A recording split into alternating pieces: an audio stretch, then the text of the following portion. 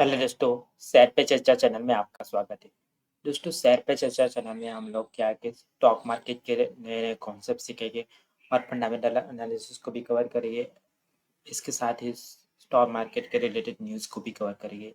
तो अभी तक आपने इस चैनल को सब्सक्राइब नहीं किया तो सब्सक्राइब कर सकते हो, बेल आइकन को भी हिट कर सकते हो, तो आपको इस प्रकार की वीडियो की नोटिफिकेशन तुरंत मिलती रहे। तो चलिए दोस्तों, आज का वीडियो स्टार्ट कर देते। तो लास्ट वीडियो में हमने क्या है कि debtor days and debtor turnover ratio के बारे में देखा था। अभी इस वीडियो में हम creditor days and creditor turnover ratio के बारे में देखेंगे। तो क्रेडिटर टर्नओवर रेशियो क्या होता है, उसको कैसे कैलकुलेट कर सकते हो और इसका इंटरप्रिटेशन क्या है, उसको हमको कैसे यूज़ करना है उसके बारे में देखेंगे। तो उसका फॉर्मूला के बारे में बात करें तो क्रेडिटर टर्नओवर रेशियो क्या है कि उसको कैलकुलेट करने के लिए आपको कॉस्ट ऑफ गुड्स सोल्ड जो आपको कंपनी का प्रॉफिट एंड लॉस स्टेटमेंट से मिलेगा, उसको आपको एवरेज ट्रेड पेएबल से डिवाइड करना है। जो ट्रेड पेएबल है ना, आपको वो कंपनी का बैलेंस शीट से मिल जाएगा। तो एवरेज ट्रेड पेएबल क्या रहता है, तो कंपनी का फाइनेंशियल ईयर स्टार्ट होता है ना, उसका पहले आपका पेएबल क्या रहेगा और फाइनेंशियल ईयर कंप्लीट होने के बाद आपका पेएबल कितना है, ट्रेड पेएबल कितना है, वो दोनों का सम करना है, उसको डिवाइड टू करना है, तो आपको एवरेज ट्रेड पेएबल मिलेगा। जैसे फाइनेंशियल ईयर 23 की बात करें तो जो फाइनेंशियल ईयर 23 स्टार्ट होने से पहले उसका ट्रेड पेएबल कितना था, उसको एंड फाइनेंशियल ईयर 23 कंप्लीट होने के बाद ट्रेड पेएबल कितना है, उसका दोनों का सम करके डिवाइडेड टू करना है, तो आपको एवरेज ट्रेड पेएबल मिलेगा। तो एवरेज ट्रेड पेएबल का यूज़ करके आपको कॉस्ट ऑफ गुड्स सोल्ड जो है ना कंपनी का, वो बैलेंस से अपनी का balance profit and loss statement से मिलेगा, उसको डिवाइड करना है, तो आपको क्रेडिट टर्नओवर रेशियो मिलेगा। बट क्रेडिट टर्नओवर डेज क्या होता है, तो आपको 365 divided by credit turnover ratio करना है, तो आपको क्रेडिट टर्नओवर डेज मिलेगा। जैसे आप एक एग्जांपल ले, तो आपका एक शूज़ मैन्युफैक्चर करने का कंपनी है। उसमें क्या है कि आप सप्लायर से रॉ मटेरियल ऑर्डर करते हो, तो 1 जनवरी को आप जो रॉ मटेरियल ऑर्डर कर रहे हो, तो आपको 1 फेब को आपको वो रॉ मटेरियल डिलीवर कर देता है। उसके बाद आप इंस्पेक्शन करने के बाद, क्वालिटी चेक करने के बाद, आप 15 फेब को आप जो है ना सप्लायर को वो जो भी ऑर्डर का अमाउंट है वो पे कर देते हो। उसके बाद आप पैरेलल मैन्युफैक्चर भी करते हो शूज़, और उसके बाद आप जो है ना 1 अप्रैल को शूज़ मैन्युफैक्चर कंप्लीट कर देते हो ना, 1 अप्रैल को आप कस्टमर को डिलीवर कर देते हो। तो कस्टमर क्या है कि वो इंस्पेक्शन करेगा, क्वालिटी चेक करेगा, और 1 ऑफ मे वो जो है ना पेमेंट कर देगा, जो भी डिलीवरी हुआ ना उसका पेमेंट कर देगा। तो आपका जो है ना यहाँ पे क्रेडिटर डेज और क्रेडिट टर्नओवर रेशियो के पीरियड क्या रहता है कि आपका 1 जनवरी से 15 फेब तक का जो सप्लायर को पेमेंट बाकी था ना, वो जो भी दिन दिन के लिए पेमेंट बाकी था ना, वो आपका क्रेडिटर डेज और क्रेडिटर टर्नओवर रेशियो में आएगा। तो क्रेडिटर डेज क्या रहता है कि जब भी आप सप्लायर से रॉ मटेरियल परचेज करते हो, तो सप्लायर डिलीवर करेगा, बाद में इंस्पेक्शन होगा, क्वालिटी चेक होगा, बाद में आप पेमेंट करोगे, तो उसके बीच में जितना भी amount of number of days रहेगा ना, वो क्रेडिटर डेज में आएगा। तो एक एग्जांपल है, तो आपका एक कंपनी था, वो आपने 1 अप्रैल 2021 में स्टार्ट किया था। आपका प्रोडक्ट मैन्युफैक्चरिंग था शूज़, और शूज़ का सेलिंग प्राइस आपने 200 पर शूज़ रखा है, और कोस्ट वो one shoes cost one one shoes जो मैन्युफैक्चर करने में आपको कोस्ट रहेगा 100 रुपीज़ का कोस्ट लग रहा है। तो फाइनेंशियल ईयर 21-22 में जो आपका फर्स्ट ईयर जो है ना 1 अप्रैल 21 से 31 मार्च 2022, फाइनेंशियल ईयर 22 के लिए आपने कितने शूज़ मैन्युफैक्चर किए? 40 शूज़ मैन्युफैक्चर किए। इसमें से आपने क्या है, 40 शूज़ में से 20 शूज़ आपने सोल्ड कर दिए। 20 शूज़ सोल्ड करने के लिए आपका सेल्स कितने का हुआ? 4,000 का, क्योंकि 200 मल्टीप्लाई बाई 20, 4,000 का आपका सेल्स हुआ।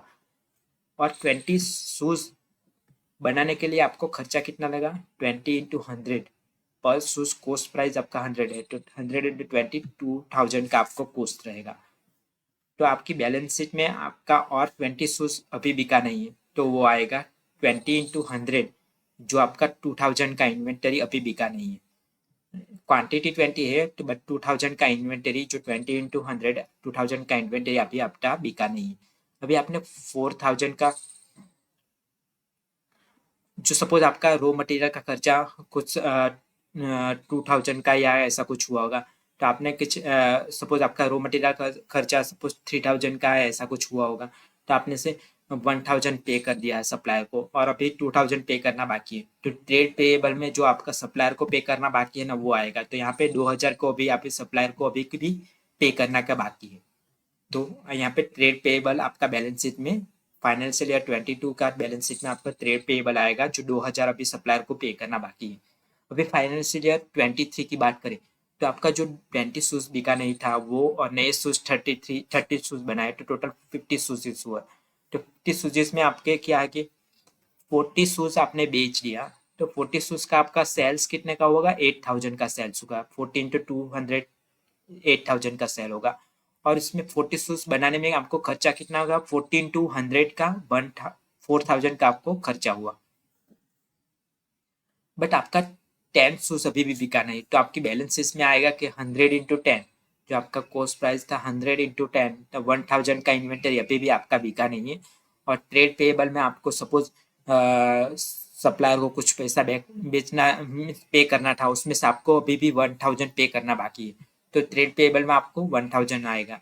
तो फाइनेंशियल ईयर 23 की शुरुआत में जो भी बिगनिंग में ट्रेड पेएबल कितना बाकी था, 2000 का। और 23 एंड होने के बाद, फाइनेंशियल ईयर 23 कंप्लीट होने के बाद सप्लायर को कितना बाकी है पे करने का, 1000। तो ये 2000 एंड 1000 जो ट्रेड पेएबल बिगनिंग पीरियड में कितना आएगा, 2000 and trade payable at the end of period में कितना आएगा, 1000।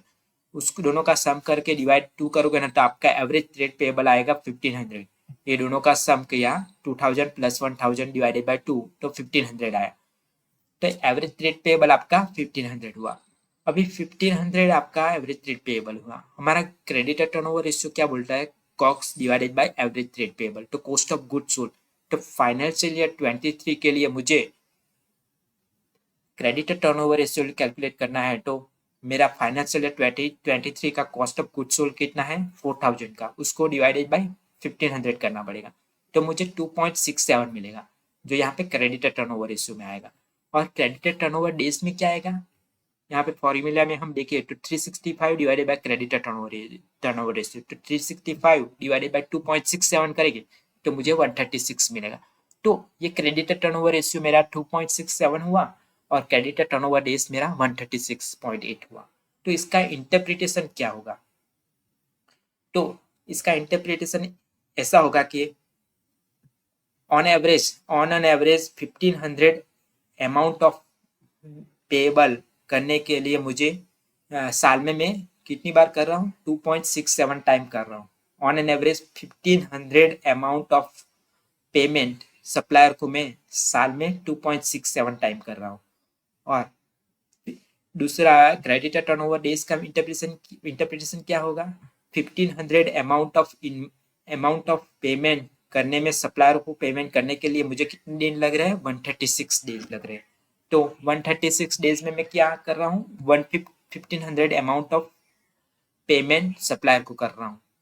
तो दूसरे 136 में मैं क्या करूँगा, और 1500 अमाउंट पेमेंट करूँगा, और आगे मैं क्या करूँगा, तो ऐसे ऐसे करके मैं एक साल में मैं क्या कि सप्लायर को कितना पेमेंट कर रहा हूँ, total 4000 cost of goods sold में पेमेंट कर रहा हूँ सप्लायर को।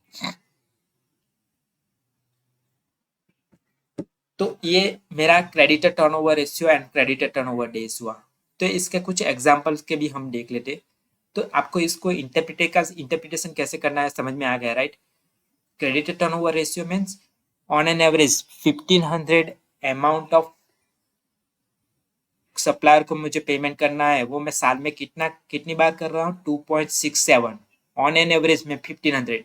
ऐसा नहीं कि एक साल मेरा 1500 हुआ, नेक्स्ट साल 1600 भी हो सकता है, अगले साल 1400 भी हो सकता है, बट ऑन एन एवरेज में बोल रहा हूँ कि 1500 सप्लायर को पेमेंट करना है, तो मैं साल में कितनी बार कर रहा हूँ, 2.67 कर रहा हूँ।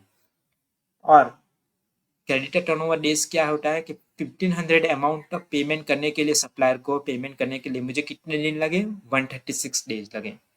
अभी मेरे पास दो एग्जाम्पल भी है, एशियन पेंट और बर्जर पेन, और तीसरा एग्जाम्पल है जो अलग इंडस्ट्री का है, एशियन पे एवियन सुपरमार्ट।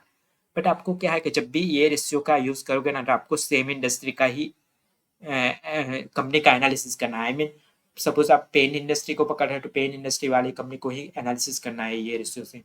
और रिटेल वाली कंपनी पकड़ लो तो रिटेल वाली कंपनी को चेक करना है पर्टिकुलर रेशियो से।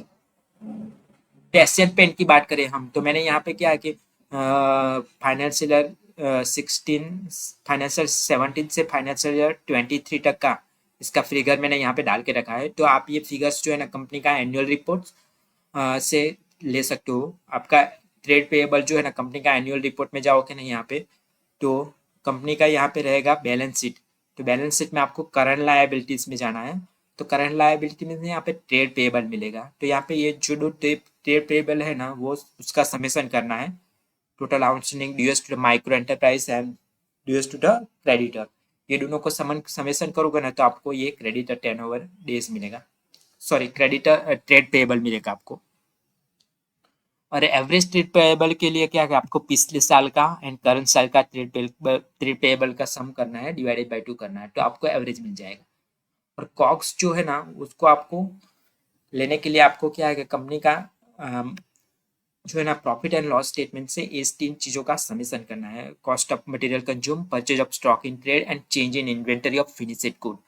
तो आपको यहाँ पे कंपनी का balance profit and loss statement में वो चीज़ मिल जाएगा।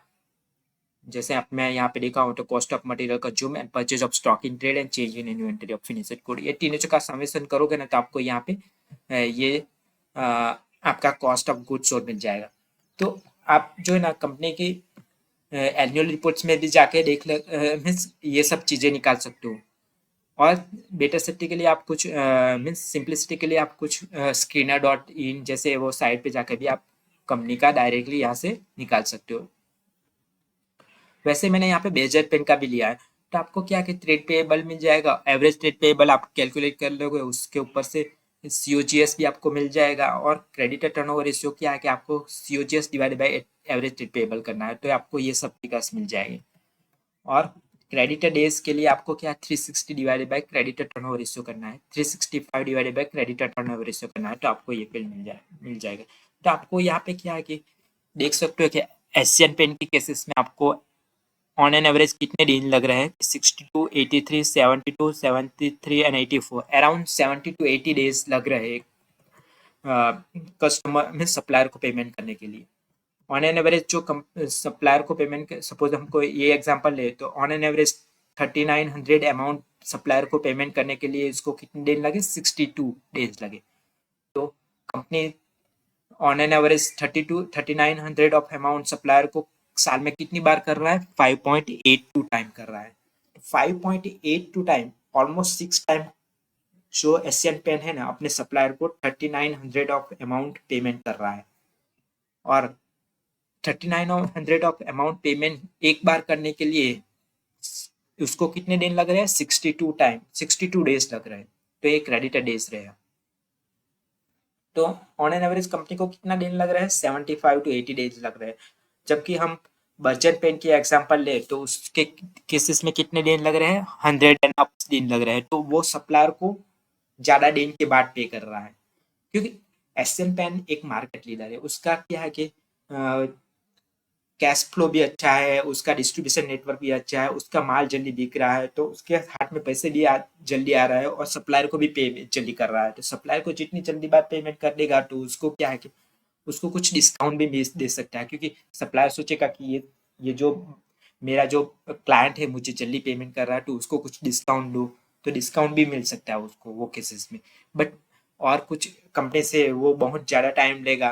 सपोज ये एशियन पेंट हमारा 80 अराउंड डे ले रहा है, बट कुछ कंपनी से 200 डेज अराउंड कुछ लेगा, तो सप्लायर उसके साथ एग्री भी नहीं हो सकता है।